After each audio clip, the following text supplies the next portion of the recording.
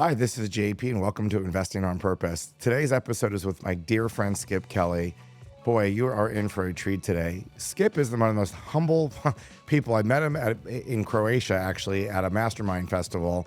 And Skip has transformed so many companies. He's a marketing guru. For any of you who are interested in how to grow your audience, I really think that Skip's got to be one of the best ones out there.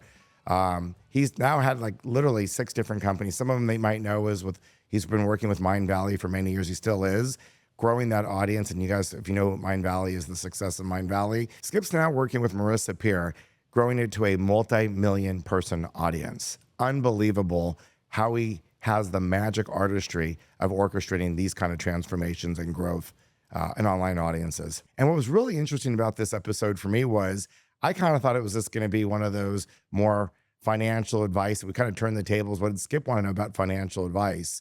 What really surprised me is that through the episode, Skip really goes into his marketing genius and he starts to ask me questions and literally takes me through a 4-step process of how I can use the same words with different energies, what words to use, how to use them, when to say them, in what cadence and what step to see the difference between maybe having 1,000 people watching what you have to say versus watching 100,000 people watching what you're going to say.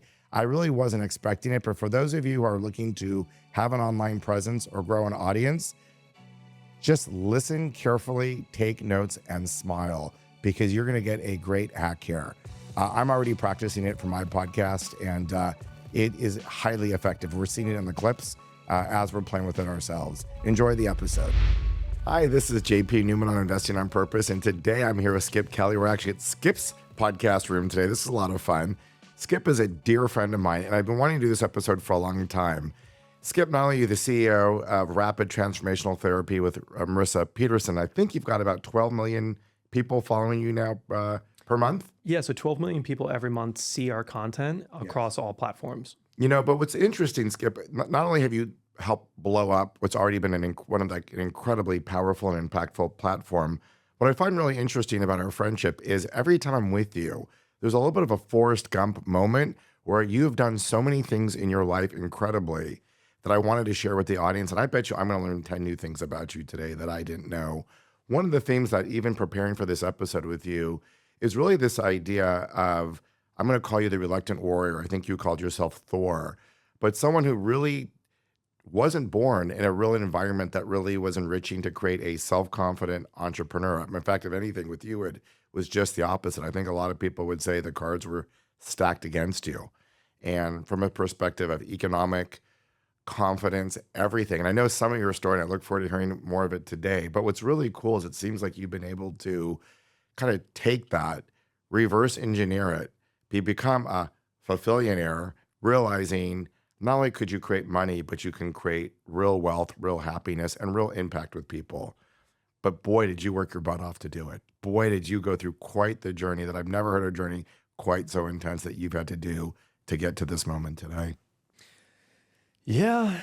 You know, I got to say, and this is true of everyone that I know that I think has achieved some level of, success and humility, especially through like the build it yourself road.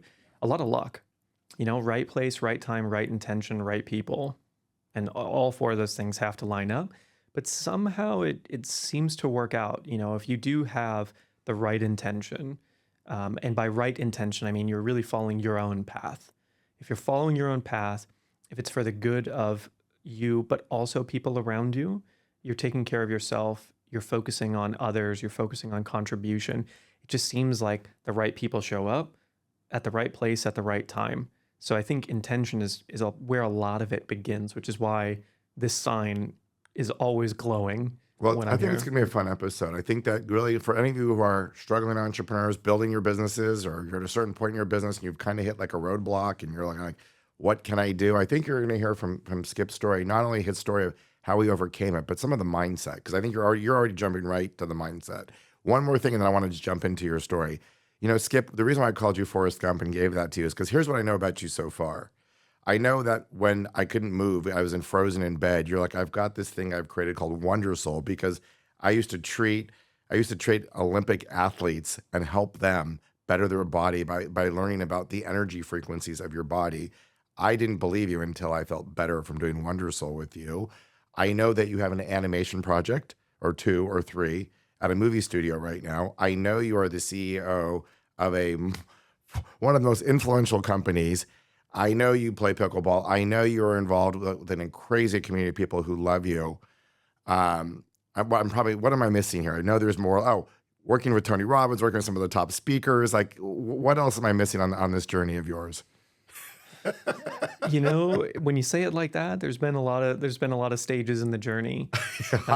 Yeah, it's going to be interesting. We can get into mindset. We can get into tactics as well. Yeah. Like I'm thinking, you know, entrepreneurs that have roadblocks or business owners or even executives that have roadblocks. Yeah. There's a lot of like really simple mental models that I've got 86 listed out now that I built into a leadership course for our company Yeah. and that I teach our leaders. Because I find in a lot of, especially startups or, you know, kind of that startups, maybe if we call that the 0 to 10 million range, and then that sort of 11 to 100 range, a lot of it is leadership that is green mixed in with what I call been there, done that's. Yeah.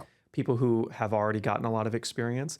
Those people have their own models of sort of how business works. But a lot of those people and a lot of people maybe listening to your show don't have the experience and the tactics from prior experiences. Yeah. So we've got a lot of those things we can talk about. Well, let's jump into it. I mean, you mentioned something to me before the show. You said, you know, in a lot of ways you felt like you could have been a monk. You would have been perfectly happy with your personality, where you came from, just your own mindset. And by the way, you speak softly that what's fun about getting to know you is it's like a flower and it takes time. Some people, they tell you their resume, they're very like, you are like this like beautiful discovery that even after 2 years or a year and a half of our friendship, I'm always learning something new about you. But when you say that you could have sat there and just forgotten about all this business that you've gotten involved with, and you could have just, you know, part of you just would have loved to sit on a mill rather than jump into business. What does that mean to you, and how'd you get here from there?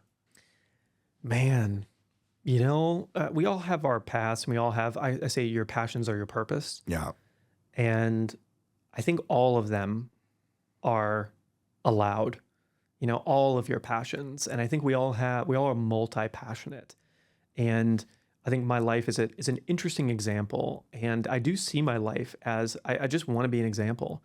That's all I want. I just want to like say, what's the most beautiful life a human could live?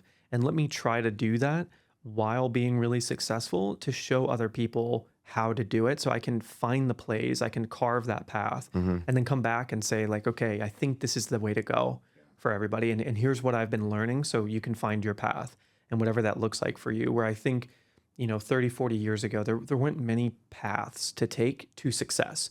There were only kind of a few. And now, gosh, there's millions of paths. You know, there's people on TikTok that make eyelashes and are a billionaire. Yeah. So there's a lot of ways to do it. If I were to start to break that down and start to talk about what's the question you want me to tackle first? Well, I think the first question is, first of all, I realize that you really are a teacher at your core. You love exploring things that you actually said, and I realize that everything, and also your incredible work with Mind Valley, if you think about everything that you've done as I get to know you, you're willing to take the journey for other people, including when you couldn't move because of your own back pain and you figured out how to heal it. You told me on Instagram that you are doing things with Marisa's podcast or Marisa's brand that no one's been able to do, like 20x sales. You've come in and been able to explode it. And then you like teaching people. You don't like to, once you learn, instead of just kind of keeping it for your own benefit, you want to tell the world how they can go through less suffering and how they can experience more. So why don't we start, like, that's an interesting theme with you, that you really are a teacher, a wise soul teacher. So what have you learned, and like, what would you share with a young entrepreneur who's like building a business from your own journeys, that like, if someone was to sit down and say, Skip, hey, I'm going through my business, I'm kind of suffering, I'm not exactly in my purpose, where would you go? I love this topic. Where would you go? Yes, absolutely. So I'm going to assume two things are true, and I'll go over them now for context. Number one, that you are following your North Star. You are following your passions in one way or another, and there's different opportunities in every passion. Let's say you love cleaning. You are obsessed with cleaning. You could be a house cleaner. That's one level. Let's level that up one more. You could make a really fancy broom or a vacuum. That'd be another level up. Another level might be you create cleaning products that everyone uses on a subscription basis. That would be another level up. Another level up would be you outfit a franchise with these particular products that you also sell to other people for royalty, or you white label the cleaning product that you invented. And you can just consistently say, how could I make this opportunity bigger for myself? Knowing that with bigger opportunities usually comes complexity, but complexity can always be solved by good thinkers. So then it really becomes a game. And this is every entrepreneur's journey, I believe, is if you've got 3 team members, everything beyond 3 team members is hiring. That is the only way to really succeed, is phenomenal hiring practices. So if I were to say the North Star, your passions or your purpose, like do something that you love, because man, if you hate it, it's going to be tough. You might succeed, but it's not going to be in a fulfilling way. Right. So make sure that you find an opportunity in the passion that you care about, or one of them, and you can have many passions, but pick one and focus. A big thing I see a lot of entrepreneurs do is they have 4 or 5 hustles. You can make a lot of money that way. You will eventually lose that way if you need to start. Once you're JP level and you've got investments and you've got buckets, then you can just partner with people or make investments and be playing in all of the different sandboxes. But at first, focus, get to success, really get good at hiring. And hiring is about hiring slow, firing fast. That is not just a cliche. It's just so wildly true. Yeah. Getting really good at setting expectations and communicating, having a really healthy romantic relationship can help with this a lot in business, actually. Yeah. Of learning how to communicate really well with partners, with team members, expectations. So hard. Boundaries. Yeah. These are all really important things. So I can say that. You're going to have to really live it and experience it. I got a lot of breakdowns and models, but the big one I want to get to with this is the third principle. So number 1, North Star, passions are your purpose. Number 2, hiring is going to be the answer to your problems long term. Get really good at getting great people on your side. They can get compensated in 4 different ways. Maybe we can go back to that at some point. Okay. But money is only one of the ways that you can compensate a team member. And it's usually not the most significant for someone that wants to be a team member. Wow. There's also praise, public and private. There's also attention or energy, and there's growth and challenge. And they care about all 4 of those. Every single human does at different intensities and different seasons of life. So writing those down and getting clear with the hire, the type of person that's going to take this role of, say, my COO, what do they value as a form of compensation? This type of person is going to love growth and challenge. They're probably a data geek. They probably love having a completely tidy home. You know, they're going to really look at those types of things. So I'm looking for that type of personality and setting beautiful expectations, just like any romantic relationship or health. If you say to yourself, you're going to go to the gym at 6 a.m. every day, no matter what, you will go at 6 a.m. every day. If you say, I'm going to go 3 days this week, it's kind of loose. I don't know if you're going to make it. Right. It's true. So the discipline of that. So when you're hiring someone, you say, here are the exact expectations. Here's my 30-day, 60-day, 90-day, 120-day expectations. I'm going to give you one thing to really think about and a bunch of sub-priorities. But if you can do these in 120 days and you hit these markers, we're gonna continue. It's gonna be great. Set those expectations. Expectations absolutely influence the outcome. Now, the big concept I wanted to get into is called FESP. Fun, easy, sustainable, and profitable. I run everything through that filter as if it was like making coffee. Okay. So every project, every system in the business, when I have a moment to think about it, I say, how could I make this more fun, more easy, more sustainable, and more profitable? And you can take almost any idea and make it more of those 4 things.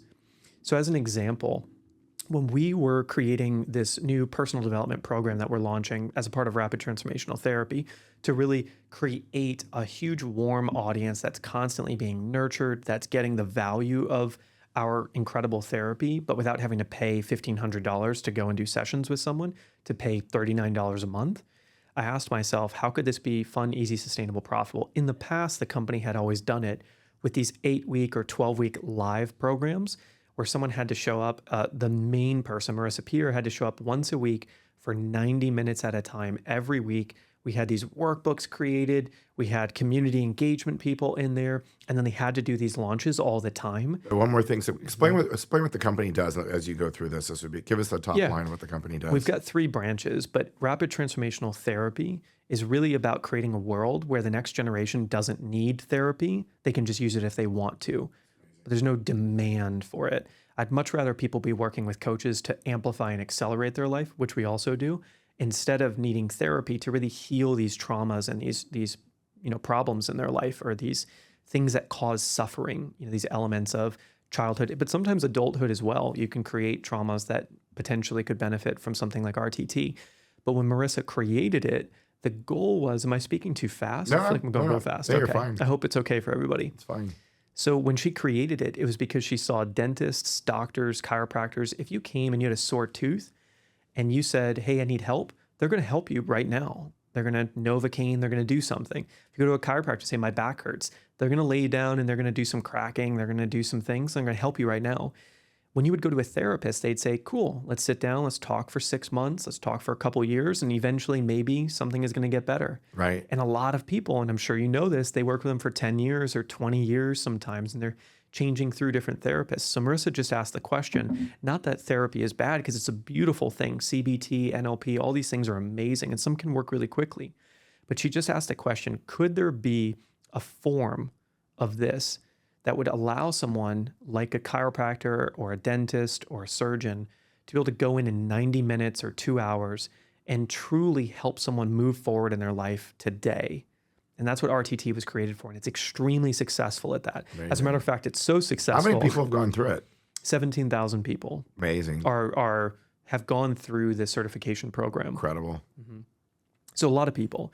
So that's why RTT was created. Now, the thing about that is not everyone wants to be certified. Not everyone is going to go work with an RTT therapist. We would need about 2.5 million of them to actually service the mental wellness demand in the planet right now. Yeah. Although population decline is coming, so that's going to be interesting, and we can get into that later. But basically, with all of that, we said, can we expose people to all the beautiful things that we've learned utilizing rapid transformational therapy, helping at this point, hundreds of thousands, if not millions of people through sessions and through the rapid transformational coaching, which helps people accelerate and amplify what they're doing. So once they've gotten rid of suffering, how do you move forward? And that's where coaching really comes in. Can we bring all of these beautiful lessons learned from such an incredible and really mature organization to the world at scale? And so when we said that, it was really tough at first, because you have to create these 8-week programs, and you got to create all the marketing, and you've got to figure out the product market fit, and you got to change it up all the time, and you can't just keep launching the same thing. So we said, okay, what unique things do we have as a company? Or if you're listening to this at home, what unique things, unique skills do you have as an entrepreneur or a business owner? What things, like I like to say, can you bring a lightsaber to a knife fight? And so we just asked ourselves that question. And I said, well, we've got 17,000 practitioners. Nobody else has that. And being able to do this type of work. And then on the coaching side, we've got 500 practitioners out in the world now. So then I ran it through this filter: fun, easy, sustainable, profitable. How do I make it fun?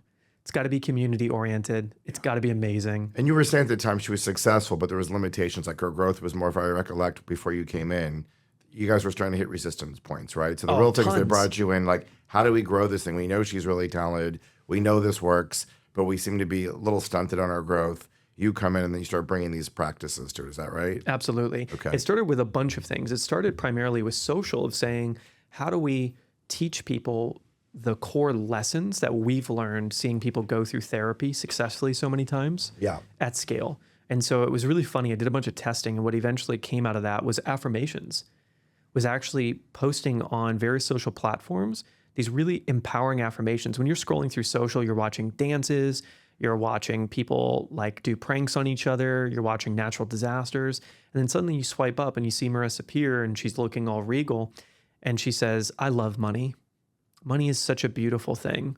I love what I can do with money. I love how I can help others with money. I feel so good about money. And as soon as you're hearing that, you have a sensation and a feeling, and you're realizing you are actually being programmed right now to love money, or to love health, or that your body's a wellness making machine, right? Or that you can grow in love in every direction, or that you can have it all in your life. And even if you don't believe it, just hearing someone say it out loud to you and going on repeat and listening to these things is so empowering. And so we found this sort of magic dust or gold dust. And then we just broadened it from there. But that increased the engagement in the brand by 20,000% in 1 month. Let's talk about that. That's incredible. Say that, what percent? 20,000%, actually over that. So let's go back to now let's go back to your filter. Fine, easy. Let's go to your FESP, FESP. Yep. Now tell me, imagine that FESP must have got you to that result. So can you tell us how that went through FESP and how you got to that result? Yeah. So fun and easy. Well, number one, these things took 30 seconds to film. Great. That's amazing. Yeah. And a lot of them got 250,000 or more views on each platform. Amazing. Then when you integrate something like ManyChat and you create a little automation, and what we learned was I recorded some 3 to 5 minute affirmation tracks at high quality on a mic just like this, actually with almost this exact same setup. Yeah. And then we put those on ManyChat. For those of you that don't use ManyChat for business right now, it's for Instagram and Facebook on Meta platforms, where if someone comments a certain word, it'll send them something that you program. And we sent them free affirmation tracks. Wow. The first time I said, hey, if you guys want more of what you're hearing right now, 5,000 people opted in. Wow. On the first time we did that on one platform. Incredible. And so what happens is people then go, wow, this affirmation track is so helpful. And it actually makes me feel better about money or whatever the category was. We made 8 different categories. And then once they do that, they go, where do affirmations really come from? I always thought they were like weird, but hearing it in this way is really empowering. Is there more to this? And then they're like, oh, there's this whole therapy thing. And they use affirmations at the end of a therapy session to help program you. And you get a recording for 21 days. That's amazing. Is that really helpful? And they go see testimonials and they're suddenly like, you know what? I want to help other people just like this. And that's the certification side of the business, is teaching people that. Now, the tricky part with certification is, again, there's only a certain available market. And that's a business opportunity question for yourself and for anyone in a business. Is for real estate, the total available market is 100% of the planet. Right. Yeah. For mindset, the total available market is 100% of the planet. Right. For certification as a therapist, the total available market is like 2% or 1% of the planet, or even less potentially. Probably less. So we just had to ask ourselves, how do we bring this to 100% of people? How do we bring the mindset, the beliefs to 100% of people? And because there's a lot of people in that space, how do we do it with such a level of mastery, expertise, and contribution that no one can compete with us? And that's where we created the fun, easy, sustainable, profitable way to do all of this. And so sustainable and profitable for the ManyChat and Instagram and social media was saying we created that ManyChat automation one time. And then anytime we post something about money, we put the ManyChat comment money below and you'll get this free thing. And then when they get the free thing, that puts them into this whole nurture sequence, which we could talk about. Yeah. There's a whole 6-step process to that as well. And the business grows. So profitable, obviously you said there was a 20,000%, did you say, increase in traffic? Opt-ins. Or what's that? Opt-ins in engagement. Opt-ins. Well, actually, it was much more than 20,000% in opt-ins, but in engagement, it was 20,000%. Right. You know, I've actually listened to some of her. I've listened to some of those clips, and the thing, I don't know if you call this hypnosis or what it is, but I know that it changed me. I was actually having some gut issues, and I remember listening to her and doing some breathing with her, and I was like manifesting, like a little bit like you're fulfilling her, like literally healing and everything that she does, and I really felt like much better. Like it really calmed my nervous system. So is that hypnosis that she's doing, or is it another form of something? Because it works. Mm-hmm. I mean, it 100,000% works. I mean, we are, the company in its entirety and its history has had terrible marketing. And a general rule of thumb I have about business is if you have an incredible product, you don't need good marketing. Naval Ravikant has this infamous quote. It's, you only market because you don't know, or you only sell because you don't know how to market, and you only market because you don't know how to build a product. And what that says is if the product is great, you don't have to be good at marketing, and you really don't have to be good at sales. If the product is absolutely amazing, we can think about a dozen things here right now that are amazing. This laptop, it's space black. Right. How many people ask me about this space black Mac? A lot of people. And they're like, yeah, I really want that thing because it's just a great product. Right. They really nailed it. AirPods. No one has to convince you to buy AirPods. Right. You see so many people with it. It speaks for itself. Right. So the question is, how can you build a product that is such a no-brainer that you don't need to market and sell, or you could do them a lot less at a minimum? Right. Makes sense. I call it some of the companies are your best kept secrets, but they're not that really well kept. As your point is, the product is so good. So it seems to me like I'm thinking about this journey for you. I mean, you did this pretty quickly, and you even made a comment to me earlier today. You're saying, "Gosh, the stuff that I'm doing, exponentially growing impressions and business and sales for us. I've tried other agencies, and they're just not doing it the way I can do it." Nobody like, and you've mentioned that you've done this several other times before, where you've been able to really blow it up. What's your secret? If you were like, how do you on like basically work on these social media platforms? What are you thinking? Is it this formula? Is it just finesse? What is your secret? Yeah, I can go into that a little bit. The preface I would say here is in hiring agencies to help us with a lot of things, I think the only thing that it says that the fact that they can't get these incredible results with us is that I'm not a good enough leader yet and not a good enough teacher yet. Because clearly, if these people were that talented and I was able to get results that they can't get, if I was an amazing teacher and leader, they would be able to get those results. So ultimately, I want to be your student. so in social media, and we would have to break it down platform by platform, but let's just say Instagram, because it's kind of YouTube and Instagram are the big winners right now in this moment on April 20th, Yes. 2024. Yeah. But that changes on a potentially tomorrow, like Sure. we'll see. But they've been the winners for at while. least a year or two now. So if we just take Instagram as an example, the number one thing is you must give real value if you're in it for business. If you're in it to be famous and to grow followers, you can do entertainment all day. That's great. Then you just have to be funny or interesting. If you want to grow a business, you've got to, there's a core principle here where if your engagement is below 5% of your total followers, so if I make a post and I have 100 followers and 4 people engage with that post, I get blacklisted by Instagram. Interesting. And if there's even less, it's like a really, really downward spiral if you have less and less engagement. So there's been a lot of people over the years that have bought followers or done paid boosts on different posts, and it can really tank your engagement over time because you'll get a lot of followers, but they're not engaging with the content. Right. So number one principle is if you've ever done that, go organic, either get rid of a bunch of followers or start over from scratch. If you want to grow on organic, there's so many people that do it well by paying for the likes, the saves, the followers, but organic will absolutely get destroyed by that. And so it just depends on what you're playing. I like to say do 2 accounts. Do one where you can do your paid actions on Instagram, do one where you can do your organic actions on Instagram. Even though you could grow followers so fast with ads, you will then be dependent on that. Gotcha. Because you'll always need to spend. And so I have a lot of friends in the thought leader space that have high engagement, but they buy every single piece of engagement. They buy their way. And then it's a hamster wheel that you can't get off of. Yeah. I laugh because, I've still, I have a fiercely loyal following. And it's awesome, but it's still relatively small. It's all organic. I don't pay for advertising.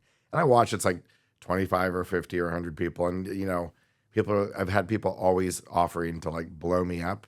But then I guess the question is like, so big deal. Is that just, is that just a vanity metric? Right now, I know I've got a loyal audience that like loves the show. Like people are really into like impact investing, impact entrepreneurship, and that feels really good. It seems to me, I guess it just depends what to your point, if this is entertainment or business, what a difference it makes. But it feels really good that I know I've got a very engaged audience, even though if it was in a vanity metrics, there's a lot of people who've got bigger ultimate likes or followers than Investing on Purpose has. And it depends on the goal, So I think, again, the North Star being the most important thing. So is the goal to have a lot of followers to spread a big message? Is the goal to have people that go deep with you? So I make the example of or breadth versus depth. So as an example, Jay Shetty, incredible breadth. Incredible breadth. Depth, not so much. Yeah. And when you do get deep, there tends to be a lot of like articles about why it's not the greatest thing. Mm-hmm. Vishen Lakhiani, not as much breadth, a lot more now, but the depth is incredible. Yeah. If you get into the Mind Valley ecosystem, you are going to be there for a while if it's your thing. Right. If you're really into that. So he's got incredible depth. And so you have to sort of choose which one you want to go with in the beginning. And then as you get breadth or depth, you can then expand. But I do think focusing on one is important.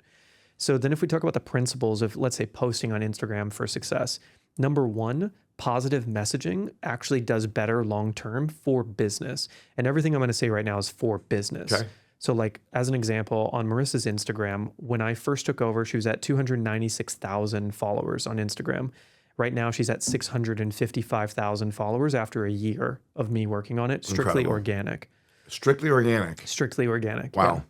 And so the way that that happened is I asked the question, what is truly valuable? And we'll do a little experiment here where I'll do it live with you and help you produce something in front of everyone. Let's do it. They can see how I might go about that. Love it. Because it's a fun thing, and it's a muscle. It's sort of like trying to get the perfect pickleball serve. Is like building the perfect Instagram piece.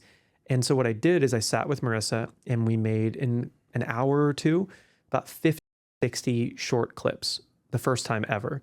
And what I did is I broke it down into categories, and we'll do this. I'm going to do the exact same thing with JP in a minute here. And so we break it into categories to say, how do we give extreme value really quickly to people? 30 seconds, top 60 seconds, the faster, the better. And then as he's going to spit ideas at me, I'm going to refine his ideas and spit them back at him and then say, kind of go this direction with it. And you'll see how we kind of play back and forth with this. So number one thing, value. If you're trying to build true followers and you want to, why do you follow anyone? You like what they say. So say good things.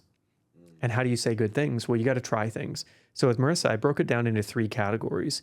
One was affirmations, one was stories, and one was psychological concepts she had learned through her 35 years as a therapist.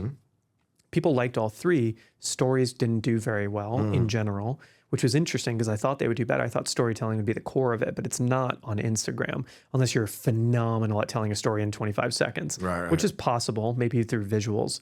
But we kept it really simple, and that's the thing: fun, easy, sustainable, profitable.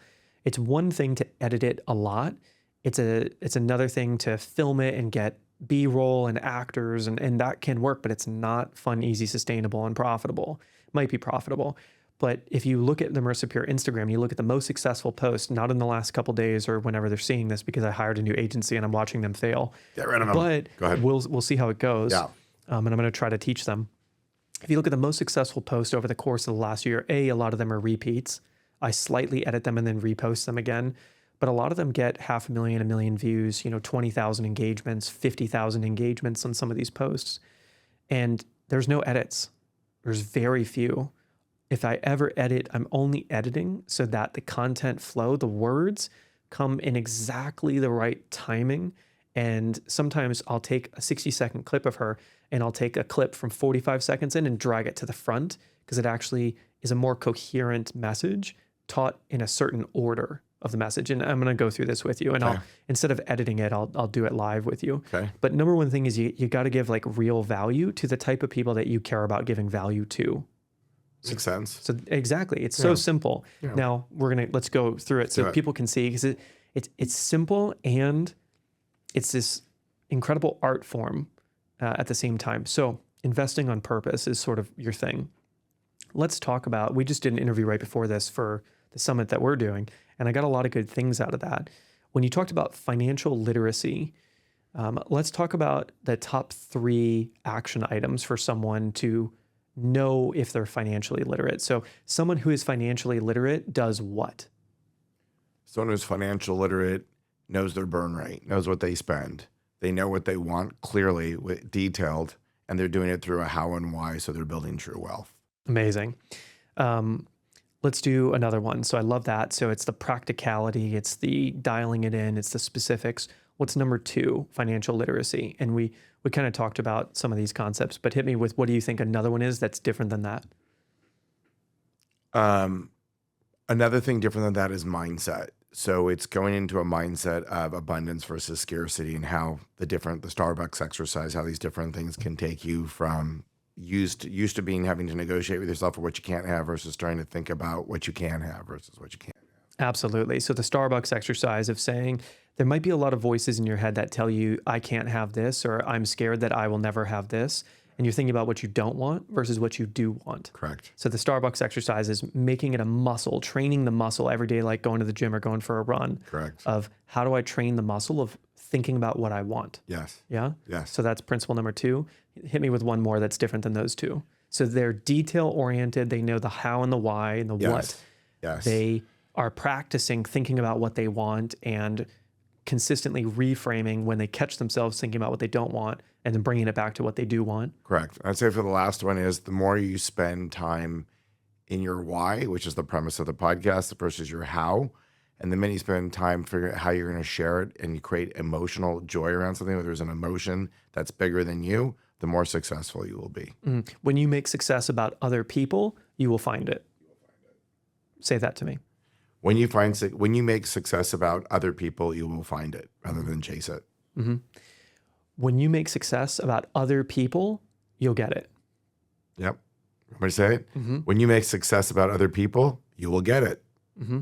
And now watch my tone on this. And Okay. there's a lot of like little This is fun. nuances we're going to Yeah, go yeah. through. Look at that camera when you do it this time. Okay.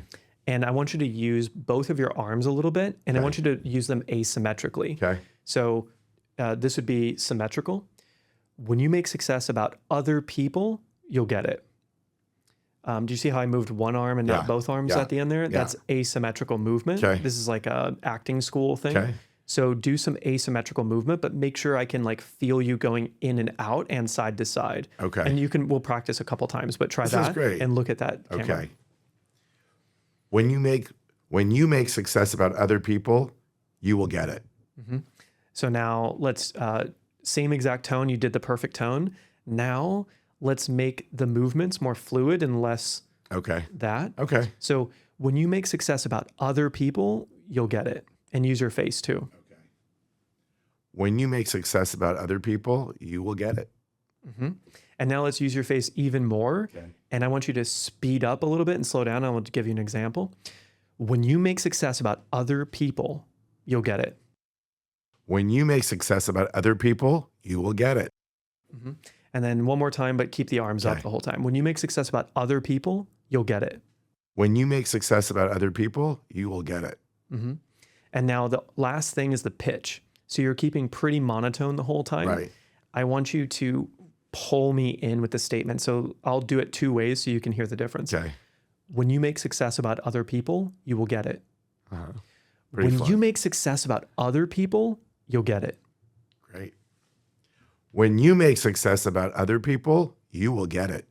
And then do the other people being the accent versus you in the Okay. beginning. So Okay. when you make success about other people, you'll get it. When you make success about other people, you will get it. And then tone down the beginning. So when you make Okay. success about other people, Okay. you'll get it. This is fun. When you make success about other people, you will get it. Cool.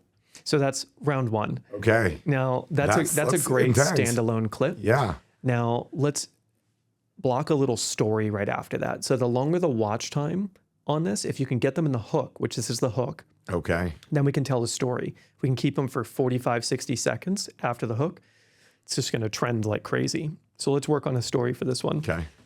What's a quick example in your life of how you got a lot of success once you made it about other people? I feel like when I renamed my company Thrive from some bullshit, like long thing, it transformed the company because it was a declaration of who we were and what we stood for. And we just started standing that way differently. Interesting. So is it good for every team member, good for all the founders, good for everyone involved in it? Yeah. Yeah. Yeah. So when you make success about a greater mission, you'll get it. Let's do that as the opener for that so Okay. that it really fits with this story, okay? Okay. And then now let's refine the story real quick. Okay. So, years ago, I had my real estate firm that was named Principles Capital Funding. Principles Capital Funding. Yeah. Okay. Years ago, I had my real estate company named Principles Capital Funding. And as I moved further in life and I wanted more success, I really, actually better yet, because I know this story, so I'm going to fast forward. You guys haven't heard this story, but I heard it recently. Years ago, I was really depressed, but I had a successful real estate firm that was called Principal Capitals Funding. And during my depression, a lot of anxiety, I discovered that when I kept trying to help other people, it made me feel so much better. And that led me to wanting to change the name of my real estate firm. And I changed it to Thrive Real Estate, or is it Thrive Thrive FP for purpose, for profit. Oh, wow. I changed it to Thrive FP for purpose, for profit. And as that happened, I noticed every team member shifted in a positive way. Every founder, every customer we worked with just loved the name, and it just felt so much better.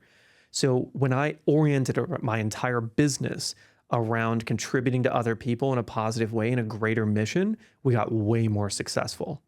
That's great. Cool? Yeah. Try that. Okay, ready. So remember, the opening line is going to be, when you make, what did we start with? Because I think we started by saying it when you make your business about serving others. Yeah. When you make your business about a greater mission, you'll be more successful. Right. Okay. Years ago, when I was depressed and anxious, my real estate company that was becoming successful was called this. Okay. And then I felt this calling to change the name to empower everyone who worked there, including myself and our customers, to thrive FP, for purpose and for profit. And just the name and the whole mission around it made us so much more successful, but more importantly, happy. And so when you make, Got it. Okay. decisions for bigger purpose, you'll get more successful.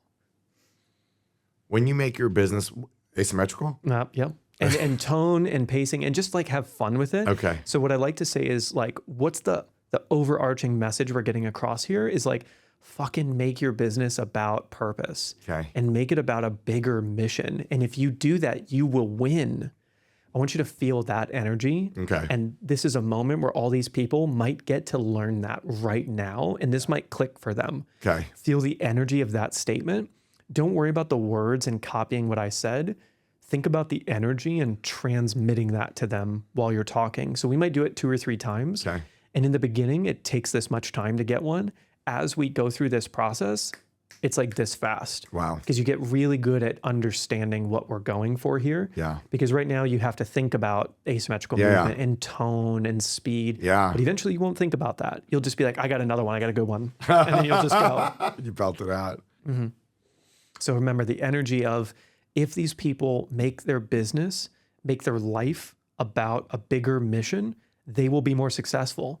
Period. Here's what happened to me. It can happen to you. Okay. Great. Oh, hands. And only because Instagram. So like It's Instagram, so YouTube you might need be a little hands. bit different, but I mean everything. If you can like interact a little bit with Right. them, they'll like it.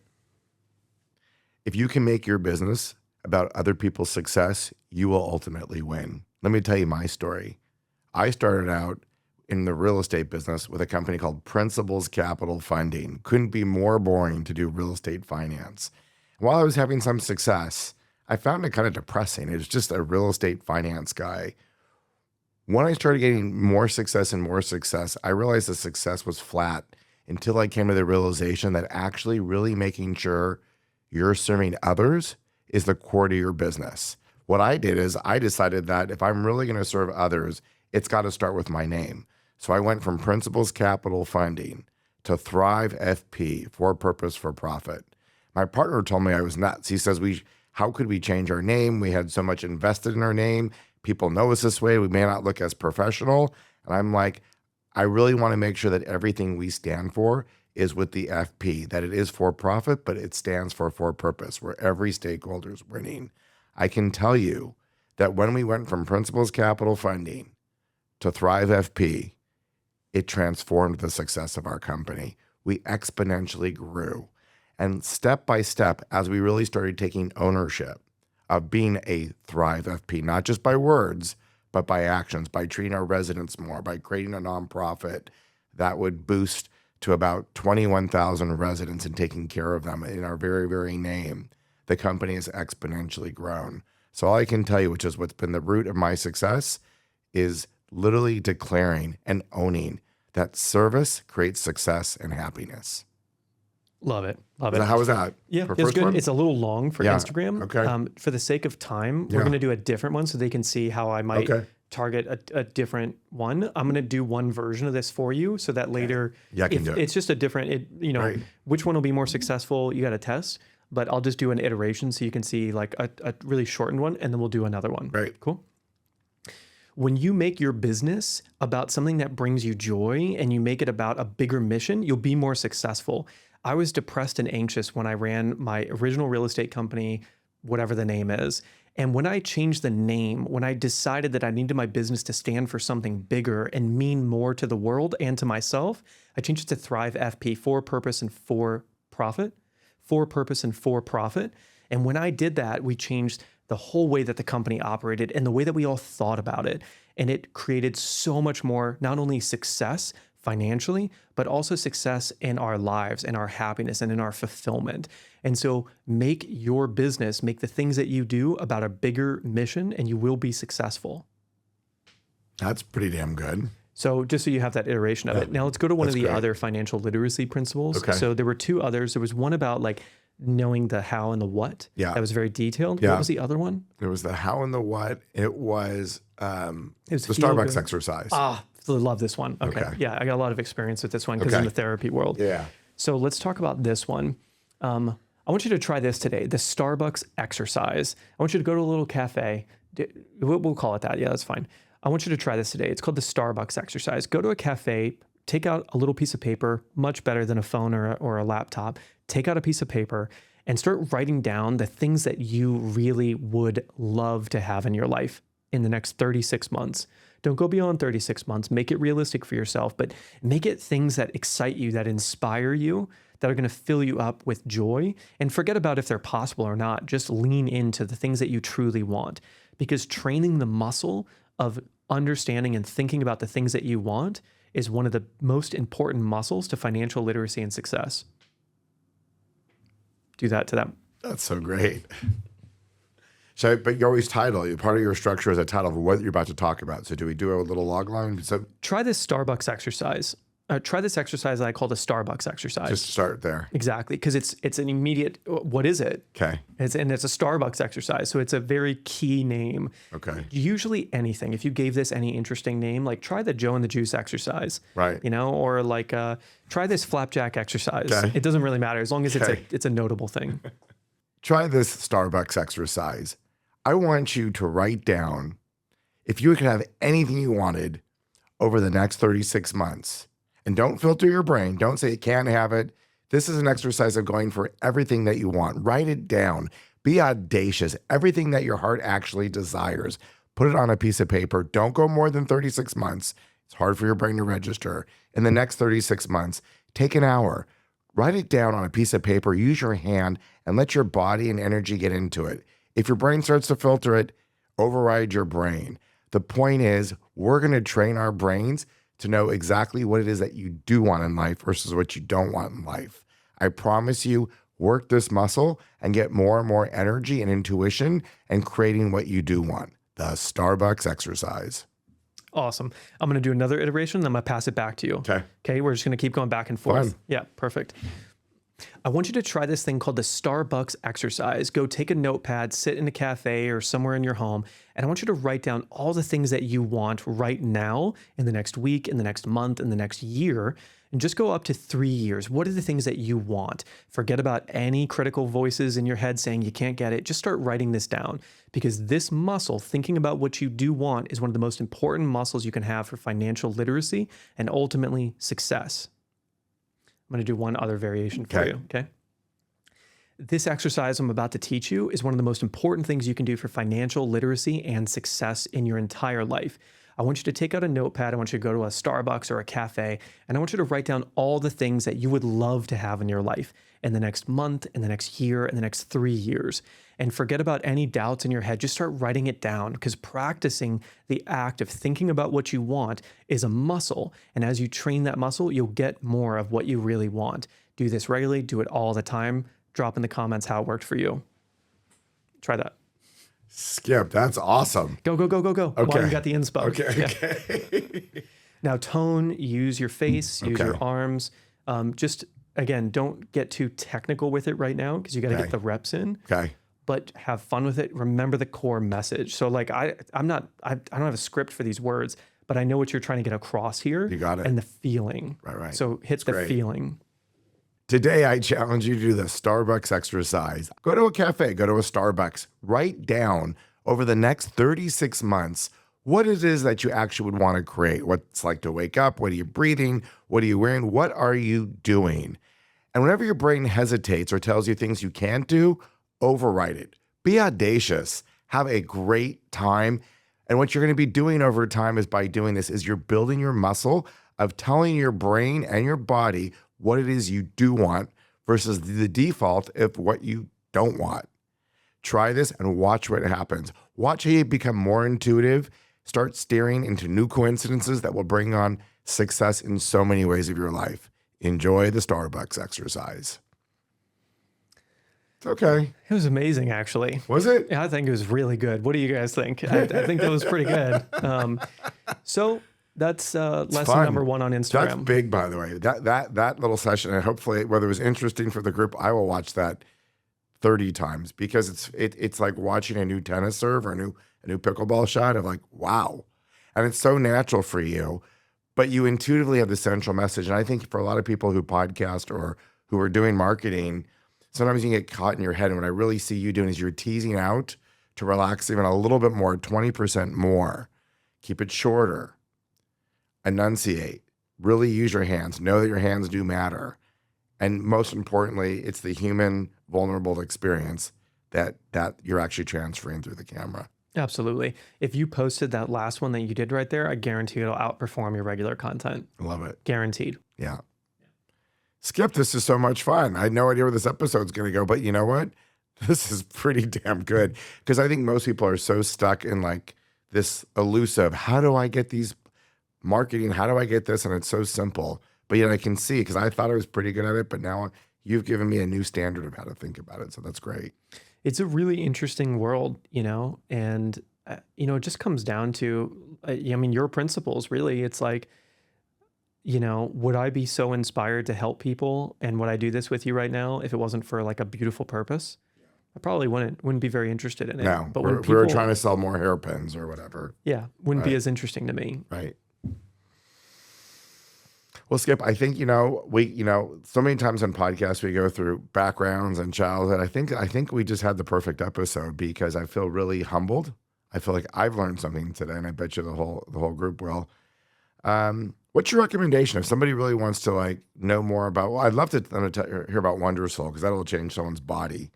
And I know you're on Spotify with Wondersoul. Do you want to talk a little bit about more resources if they want to get more and more deeper? And let's go to marketing first, and then Wondersoul second. What do you recommend for people, like if they want to go deeper into this? Yeah, absolutely. So Wondersoul, to give people some context, is a technique that I created over the years of helping people recover from injuries, where I started to notice that Olympic athletes who wanted to get faster and win more awards, or CEOs who had deep injuries, these people that I looked up to, needed to do the same thing to heal and to perform better. The same routine, same exercises. And essentially this principle that I learned through deep, like Western medicine style physical therapy, which was if you can establish better sensitivity in your body and in your muscles through every single centimeter of your muscle in your body, like really learning how to control your body. So if you flex your bicep, I think all of us at home, if you flex that, you can feel your bicep flexing. Now the question is, if you straighten your knee and you lock out your quad, can you feel that flexing as much as you can feel your bicep? Probably not. There's usually a lot less sensitivity there. Yeah. If you push your feet down into the ground, you try to feel your calves, can you feel those? Probably a little bit less even. Yeah. Some people have more and less sensitivity in these areas. And sensitivity in muscle ended up being sort of the holy grail of being faster, being stronger, recovering from injury. And where there was less sensitivity, there would be more injuries or more slowdowns. So essentially, if you could just raise your sensitivity physically and probably other ways, you'd be a better version of you. And that's what Wondersoul is based on, is just increasing sensitivity around the human body. Which, by the way, the exercise we just did, the Instagram exercise, was actually raising our sensitivity. Absolutely. Right? It is. Mm-hmm. It was slowing down. It was enunciating. It was actually getting into the body, to getting into the... You just pulled that one on me. You just did Wondersoul on me, man. It's very shared. So Wondersoul was a technique that I made that could help millions of people at a time. And so there's a Spotify playlist. Wondersoul.com still has a little course on there that walks people through the fundamentals of it, although I'd love to redo it at this point. Yeah. And it's a beautiful thing. I honestly think it's one of the most valuable skills that anyone could ever learn, is how to increase sensitivity in their body on a consistent basis, because it makes you more of who you are. Yeah. It's my secret weapon to all the success that I've had in life. It's amazing. Skip, I so appreciate your time. Wow, I've never had an episode like this before. We're going to have a lot of fun with this. And there might be a part 2 to this, but I'm actually going to try your experiment. I'm going to clip, and I'm going to try it a few different ways, I think, as a follow-up to the show. Maybe it'll be a clip to let's do some numbers. Let's play, let's test. Let's do some A/B testing here. I think we all can use better marketing, not just to get people to your product, but to connect with human beings. Absolutely. I mean, It kind of shows you the ultimately- very core that human beings are thirsty. We're thirsty to connect deeper and to learn more. and you know, you're someone that people should love. I love it. That's a really nice one to end on. And we all have that, right? Yeah. I think we'll end on that. Awesome. Hey, I hope you enjoyed the episode. And if you did, like us, subscribe. We love your comments. Please give us your feedback and follow us on all of our social media platforms. Thank you.